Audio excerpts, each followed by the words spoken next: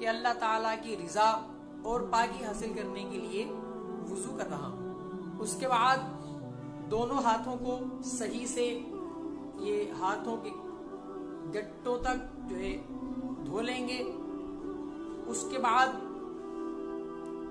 کلی کریں گے۔ یہ ہاتھ دھونا، کلی کا کرنا، یہ سب چیزیں سنت ہیں، تو کلی کریں گے اور اس کے بعد ناک میں پانی چڑھائیں گے۔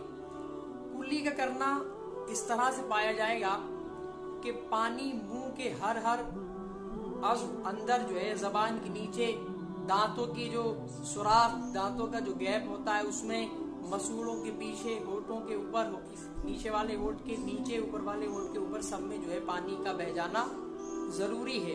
اور اگر روزہ نہ ہو تو ہم غرارہ بھی کریں گے۔ یہ ہوئی کلی۔ اس کے بعد ناک میں پانی چڑھانا، تو ہم 3 مرتبہ اپنے ہاتھ میں جو ہے پانی لے کر ناک میں چڑھائیں گے۔ بعض لوگ کیا کرتے ہیں، ہاتھ میں پانی لیتے ہیں اور یوں انہوں نے اس طرح سے ناک تک لگایا اور اس کے بعد وہ چھوڑ دیتے ہیں، تو اس طرح سے ناک میں پانی چڑھانا نہیں مانا جائے گا، بلکہ ناک میں جو پانی چڑھایا جائے گا وہ ناک کی جو یہ نرم ہڈی ہے یہاں تک پانی چڑھانا ضروری ہے، وگرنہ سنت ادا نہیں ہوگی۔ اور اگر غسل کر رہا ہے تو غسل ہی نہیں ہوگا، کیونکہ غسل میں تو ناک میں پانی چڑھانا فرض ہے۔ اس کے بعد ناک میں پانی چڑھانے کے بعد ہم اپنے چہرے کو دھوئیں گے، جیسا کہ میں نے ابھی بتایا کہ بالوں کی جڑوں سے لے کر ٹھوڈی کے نیچے تک، کان کی اس لو سے دوسرے کان کی لو تک۔ اس کے بعد ہم اپنی کوہنیوں کو دھوئیں گے، اپنے ہاتھ کو، باؤں کو یہاں کوہنیوں سمیت دھوئیں گے۔ افضل ہے کہ کوہنیوں سے تھوڑا اوپر بازو تک دھو لیں۔ اس کے بعد ہم چوتھائی سر کا مسح کریں گے۔ اس کے بعد ہم اپنے پاؤں کو دھوئیں گے اور یہ ہو جائے گا مکمل وضو۔ ہاتھ کس طرح سے دھویا جائے گا؟ باؤں جو دھوئی جائے گی وہ ہاتھ کے سرے کی طرف سے ہم پاؤں کو پیچھے کی طرف دھوتے ہوئے لے جائیں گے، اور اس پہ پانی بہانا فرض ہے، اس پہ گیلا ہونا اس کا فرض نہیں ہے، فرض ادا نہیں ہوگا جب تک کہ اس کے ہر حصے پہ پانی نہیں بہ جائے گا۔ اسی طرح ہم دوسری باؤں کو جو ہے دھوئیں گے۔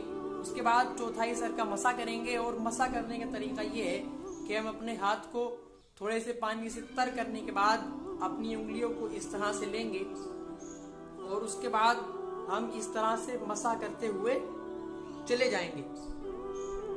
صرف یہ 2 انگلیاں، اور ہماری یہ کوئی انگلی جو ہے سر سے ٹچ یا بالوں سے ٹچ نہیں ہوگی۔ اس کے بعد جو ہماری انگلی ہے اس سے ہم کانوں کے اندر کی صفائی کریں گے، اور بچہ ہمارا انگوٹھا تو اس کانوں کے پیچھے کا مسح اس سے کریں گے، بچی ہتھیلیوں کی پچھلی سائڈ تو اس سے ہم اپنی گردن کا مسح کریں گے، یہ ہو جائے گا مسح۔ تو یہ اس طرح سے پورا مسح کرنا یہ ہے سنت، اور اگر کسی نے صرف اتنے سر کا مسح کر لیا، چوتھائی سر کا، تو اس کا مسح ہو جائے گا، اس کا فرض ادا ہو جائے گا، تو اس کا وضو بھی ہو جائے گا۔ اس کے بعد ہم پاؤں کو دھوئیں گے ٹخنوں تک۔ بہتر ہے کہ ٹخنوں سے تھوڑا اوپر تک دھو لیا جائے، کہ یہ مستحب ہے، اگر دھو لے گا تو اس کو ثواب ملے گا، اور اگر نہیں دھوگا تو گناہگار نہیں ہوگا۔ لیکن ہمیں خاص اس چیز کا خیال رکھنا ہے کہ پاؤں کی جو انگلیاں ہوتی ہیں یہ آپس میں بہت جو ہے آپس میں ایک دوسرے سے ملی ہوئی ہوتی ہیں، تو اس کے اندر پانی جانے کے کم امکان ہوتے ہیں، تو ہمیں اس کا خلال جو ہے کر لینا چاہیے اپنے ہاتھ کی، الٹے ہاتھ کی اس والی انگلی سے۔ ہم پاؤں کے اس حصے میں انگلی کو ڈال کے پاؤں کا خلال کر لیں گے، یہ ہو جائے گا ہمارا مکمل وضو۔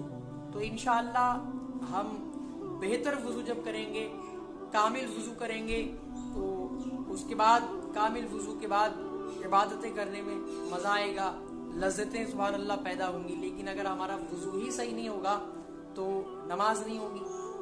اگر ہم قرآن پڑھیں گے، قرآن کو تو بغیر وضو چھونا حرام ہے، تو پتہ چلا ثواب کے لیے قرآن شریف پڑھ رہے تھے، وضو صحیح ہوا نہیں تھا، اللہ اکبر کمانا تھا ثواب، لیکن کما بیٹھے عذاب۔ اس لیے ان سب چیزوں کا جاننا ہمارے لیے ضروری ہے، اور انشاءاللہ ہم کوشش کریں گے اس کو جاننے کی اور اس پر عمل کرنے کی، اور کوشش کریں گے کہ جس دین کی بات کو ہم جانتے ہیں اسے اپنے سے دوسرے اپنے اسلامی بھائیوں کو انشاءاللہ بتانے کی۔